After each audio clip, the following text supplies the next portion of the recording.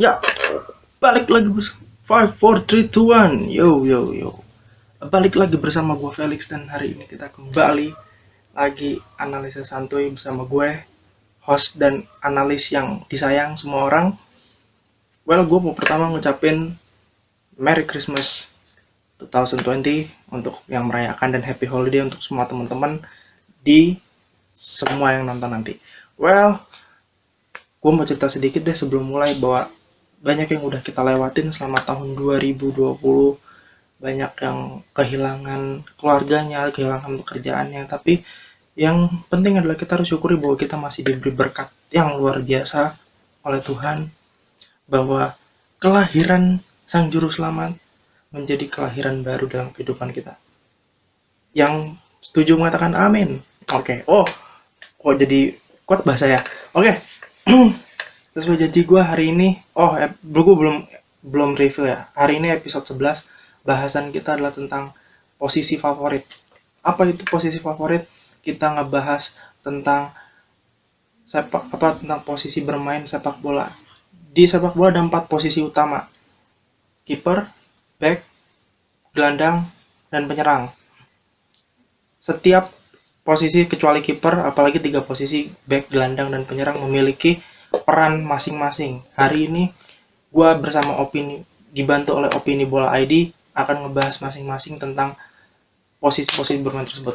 Yuk kita lihat. Yang pertama, kita ke gelandang dulu. Kita akan berbicara tentang box to box. Apa tuh box to box? Box to box adalah pemain tengah dinding sebelum pertahanan yang bertugas merusak alur permainan lawan serta mengalirkan bola dan mengatur ritme pertandingan. Gelandang ini biasanya memiliki stamina yang ekstra. Lalu fungsinya apa? Berarti kalau box to box itu berarti di antara pertahanan ke bagian tengah dinding. Berarti setengah lapangan lah, istilahnya setengah lapangan.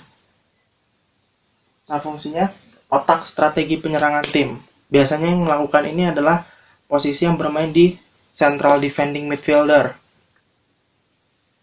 dinding sebelum lini pertahanan tim. Ya, karena memang posisi ini lebih banyak dipakai CDM. CM jarang menggunakan ini.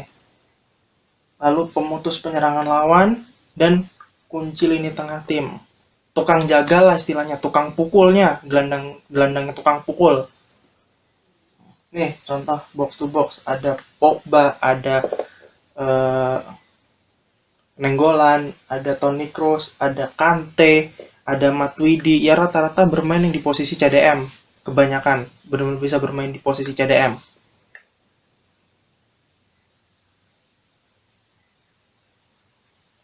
Oke, next. Playmaker, game maker atau game maker. Ini masih berhubungan dengan posisi gelandang. Ya, dia adalah pemain yang berdiri tepat di belakang penyerang dan di depan gelandang lain. Ini diberi mandat menjadi kunci permainan tim dalam membangun serangan dan melancarkan sirkulasi bola dari lini tengah ke lini depan. Fungsinya apa?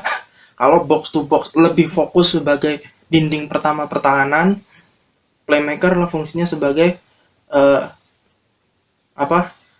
pelatuk utama, pelatuk sebelum belum menyerang. Ibaratnya pelatuk pistol buat nembak. Gelandang serang itu sebagai pelatuknya. Ya, posisinya biasanya dipakai di attacking midfielder. Fungsinya apa? Mengatur tempo permainan tim. Jadi dia mengatur tempo yang akan memulai serangan ke depan. Mengalirkan bola dari lini tengah ke lini depan. Menyuplai bola kepada penyerang atau pemain sayap tim. Nah, ini contoh playmaker. Kebanyakan memang central attacking midfielder atau classic number 10. Pemain yang benar-benar bernomor 10. Contohnya kayak Havertz, Andres Iniesta, Christian Eriksen, James Rodriguez, dan Mesut Ozil. Kesemuanya rata-rata bermain sebagai gelandang serang yang memang tugasnya bermain di belakang penyerang. Biasanya umum yang paling gampang ditemukan di gelandang serang itu di formasi 3-4-1-2 dan 4-3-1-2 yang membutuhkan gelandang serang di belakang 2 striker.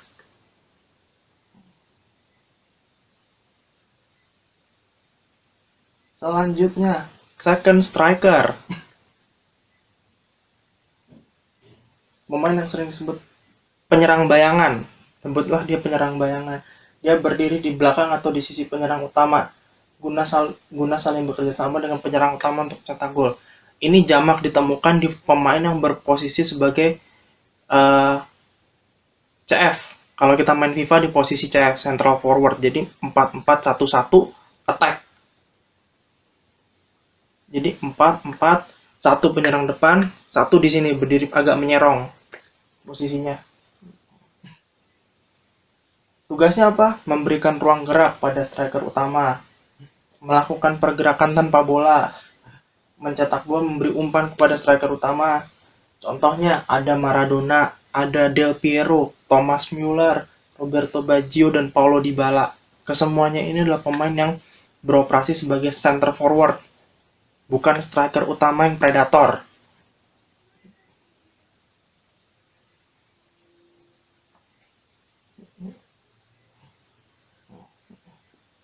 Kita ke belakang, ke back. Full back. Full back itu apa? Oke. Adalah dua pemain berada di sisi dua center back atau disebutnya back kiri, back kanan. Itu disebut full back. Ini biasanya dipakai di formasi yang menggunakan 4 atau 5 back. Kemampuannya pun istimewa dan apik dalam melakukan tackle, fisik, lari yang kuat, dan positioning yang baik. Fungsinya dia hampir sama seperti pemain sayap, cuma dia berdiri di belakang, menahan serangan sayap lawan, menjaga jarak lebar lapangan, dan bertahan menyerang. Ketika bertahan menyerang, membantu tim dalam menyerang melalui sayap. Jadi bisa dibilang pemain sayap kedua setelah winger asli. Contohnya siapa? Ada Wan Bissaka, ada Andy Robertson, ada Marcelo, ada David Alaba, ada Ben Pavard. Fullback bisa bermain di dua sisi ya, back kiri atau back kanan. Nah ini tadi yang gue singgung, center forward. Apa itu center forward? Ini kita ke depan ya. Penyerang tengah atau striker ujung tombak yang beroperasi dekat gawang lawan.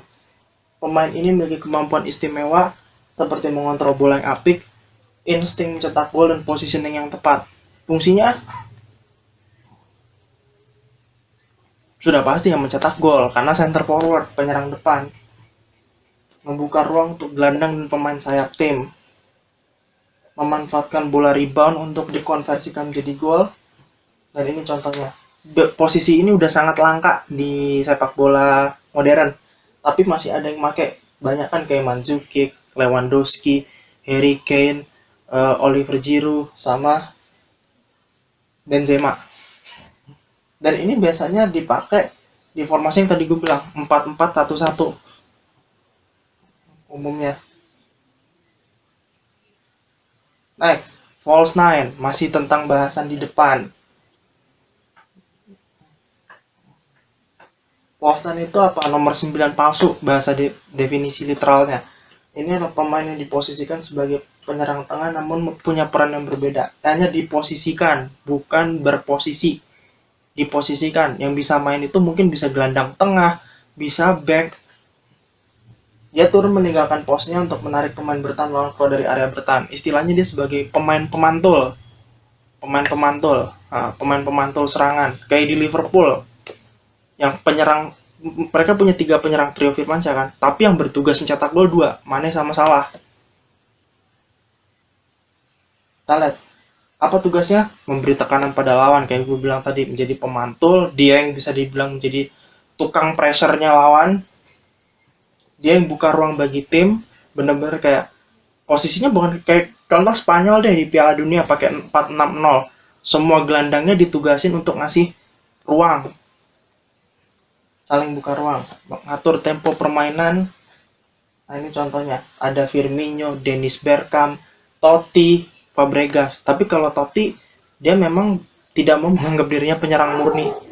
Firmino ini aslinya penyerang, tapi dia bisa berperan sebagai pemantul bagi Mane dan Salah. Lalu Fabregas, posisi ini dia pernah pakai pada saat Piala Dunia 2012, di mana mereka saat itu tidak terlalu mengandalkan Fernando Torres yang bisa dibilang penampilannya up and down saat di Chelsea.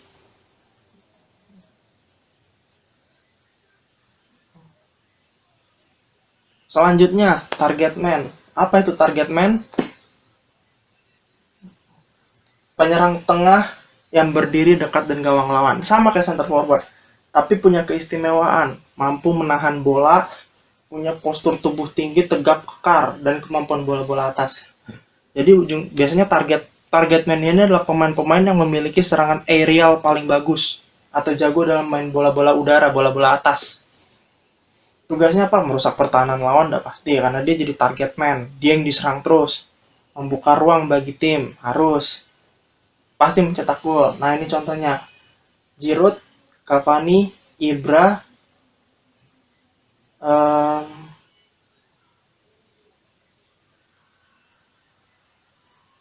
ya itu salah satunya. Giroud, Cavani, Ibra.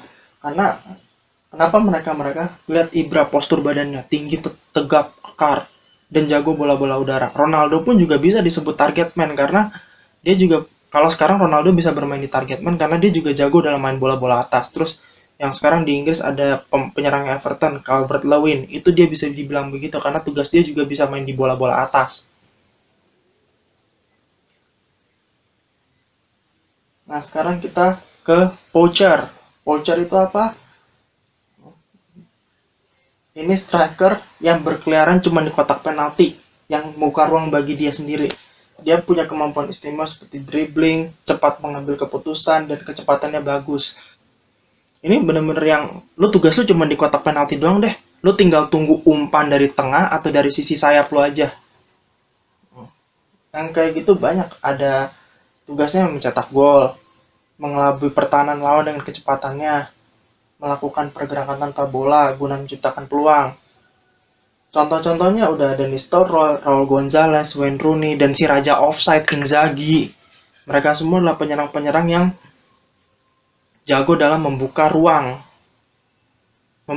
untuk diri sendiri. Benar-benar bisa lolos dari kepungan offside. Di kotak penalti itu tipikal pemain-pemain seperti mereka.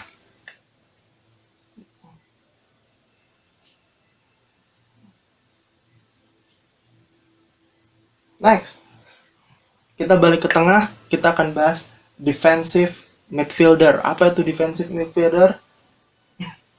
Ya, gelandang bertahan. Nah, ini posisi yang sebenarnya posisi yang literal. Tapi gelandang bertahan punya tugas lain kayak box to box, deep lying playmaker. Nah, ini salah satu tugas dari defensive midfielder. Dia beroperasi di depan back tengah dan di belakang gelandang serang, atau bisa aja kalau kita main 4-1-4-1 dia di depan back tengah, di belakang dua gelandang. Atau kalau 4-2-3-1 ada dua gelandang bertahan, dia akan berdiri di antara gelandang serang dengan dua sayap. Atau bisa juga di 4-3-3 dia bisa bermain di belakang dua gelandang tengah. Tugasnya apa? Merusak penyerangan lawan, bukan hubungan orang. Jadi penghubung penyerangan dan pertahanan. Sama tugasnya kayak box to box, menjadi jembatan dan tembok pertama. Jembatan antara serangan dan bertahan, dan jadi tembok pertamanya pertahanan. Nah, itu dia yang gue sebut tadi, tembok pertamanya pertahanan, melindungi pertahanan tim. Siapa aja yang punya posisi begitu? Ada Casemiro, ada Fabinho, Xabi Alonso, Sergio Busquets, sama McTom. Ya, McTom.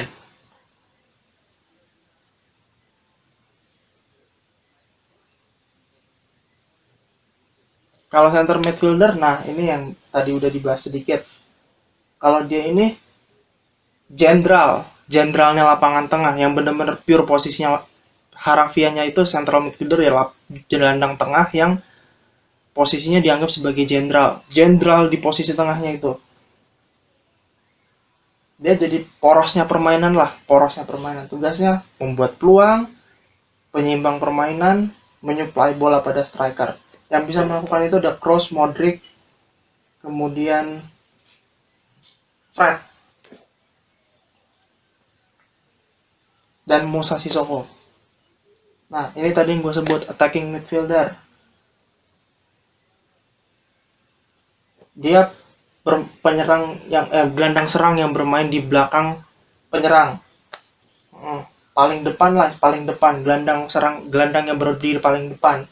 Dia punya kemampuan istimewa dari dribble, ketepatan passing, body balance yang bagus. Tugasnya sama, menciptakan peluang, melakukan pergerakan bola tanpa strategi, artinya dia yang jadi otaknya juga, prosesornya, menyuplai umpan akurat kepada penyerang. Yang bisa melakukannya ya tadi, Ozil, Zaniolo, James, dan Havertz.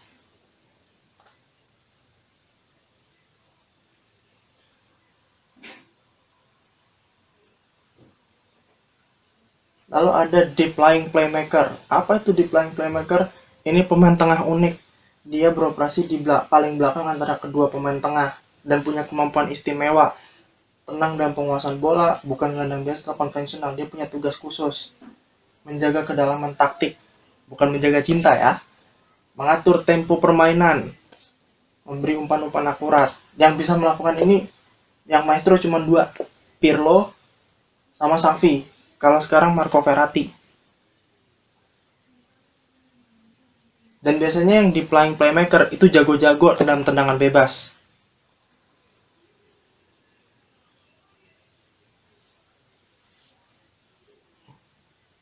Trequartista, dia bermain di sepertiga pertahanan lawan. Gelandang serang posisinya umumnya.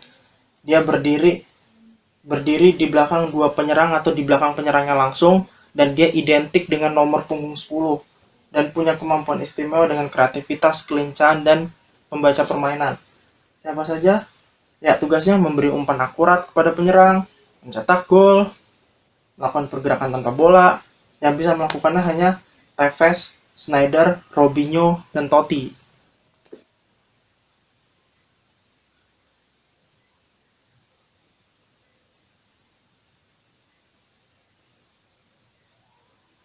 Libero, apa itu libero? Dan ini adalah posisi yang sudah klasik dan jarang dipakai di sepak bola modern. Yaitu libero itu bahasa Italia berarti bebas. Dia adalah pemain yang beroperasi persis depan kiper dan di belakang dua center back untuk mengamankan pertahanan tim. Dan sebenarnya makanya posisi ini udah mulai punah. Jadi dia itu disebutnya sweeper. Dia mengatur, memimpin ini pertahanan tengah, membangun serangan dan serangan balik bagi tim. Kalau sekarang mungkin nyebutnya versatile lah, disebut pemain versatile. Ada Hero, Lothar Matthäus, Franz Beckenbauer, ya rata-rata pemain-pemain lawas. Kalau satu lagi pemain yang modelnya sweeper, ya Manuel Neuer, sweeper keeper. Nah, terus nih, Raumdater. Apa itu Raumdater? Penafsir ruang dalam bahasa Jerman. Ini diucapkan oleh pertama kali Thomas Muller di Januari 2011. Diartikan sebagai suatu peran dalam sepak bola yang menggunakan insting kecerdasan dalam memanfaatkan ruang guna mengkonversi menjadi peluang, gol. Cara Raumdater bermain, insting cerdas dan melakukan pergerakan dan melihat peluang, tidak terpaku pada posisi tertentu, dia fleksibel, penerapan strategi tepat oleh pelatih. Yang bisa melakukannya the one and only Thomas Muller, si penyerang yang jago menafsir ruang.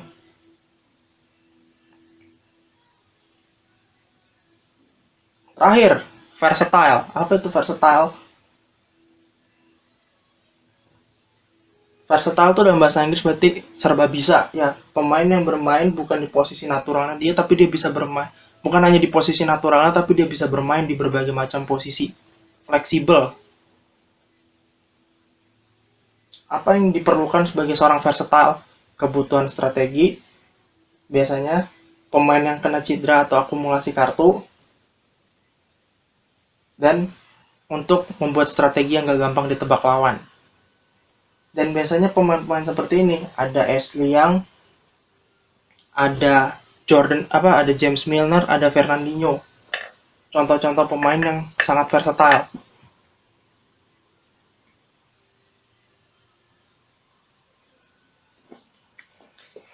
Nah, untuk gue hari ini cukup sampai di sini aja pembahasannya. video ini gue akhiri, tapi gue mau kasih tau kalian next episode. Gue belum tahu kapan bikinnya, tapi gue akan kasih tau kalian next episode gue akan kembali membahas tentang filosofi-filosofi dalam logo klub sepak bola part 2. Kali ini kita akan lebih melipir, kalau kemarin kita ke Italia, sekarang kita akan melipir ke Liga Inggris. Hope you like it. Thanks for watching. Jangan lupa komen, like, subscribe, share, karena berbagi pengetahuan lebih indah daripada berbagi uang. Ciao.